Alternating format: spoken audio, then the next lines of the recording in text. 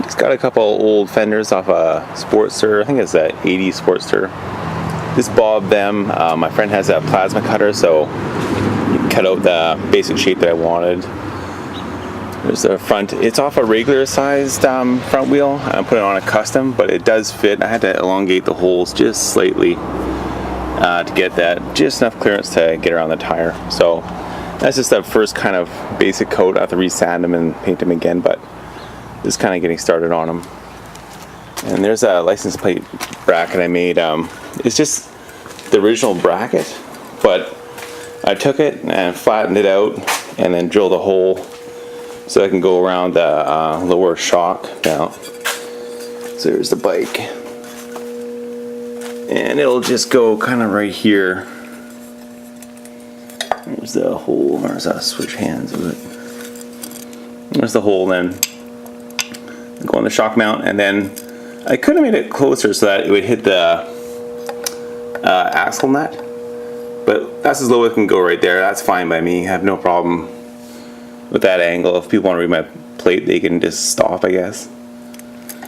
But you can have it there too as well if you wanted. So yeah, so that's just the original plate holder. This is a spare. Here's my original one. You can see that part would be this section right here. So I basically bent that, straightened that out, made that all one flat piece, just to hold the plate, and then drilled a hole into this front piece here, knocked out that bolt, and drilled a hole right around there.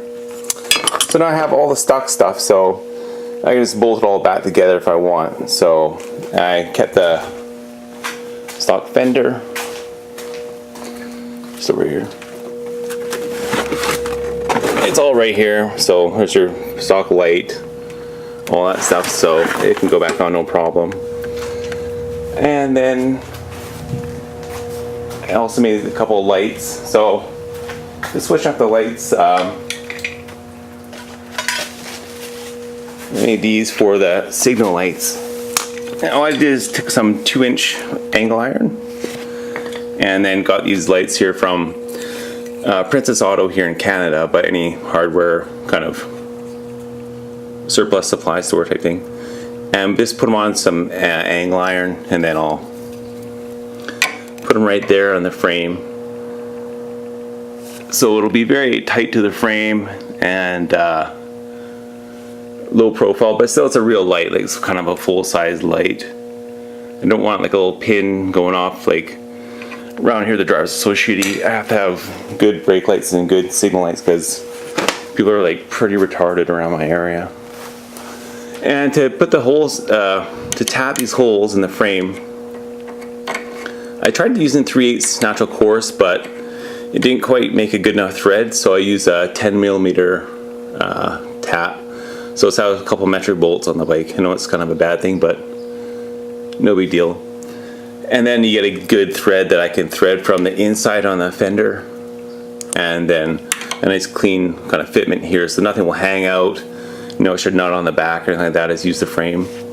And then if you go to put your bike back to stock, the bolt will slip through there, and no one will ever know that the frame's been tapped, so no big deal. I tapped all 3 holes. That guy, and then these 2 as well.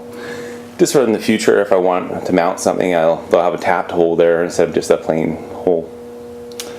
Okay, so I'll make a part 2 after I get this done. Ordered a new wiring harness, or a used wiring harness off a, I think it's some Sportster is getting wrecked anyway. So let's use that to tie into my harness. So I don't have to cut any of the original wires, and then come down and just chop into it. I think that's about it. Oh, here's the original front fender right here. So that one on the front, that's pretty huge compared to the new chop fender. The problem with this fender is, see right there, it's a stock fender on a 2005 custom 1200, and it came back.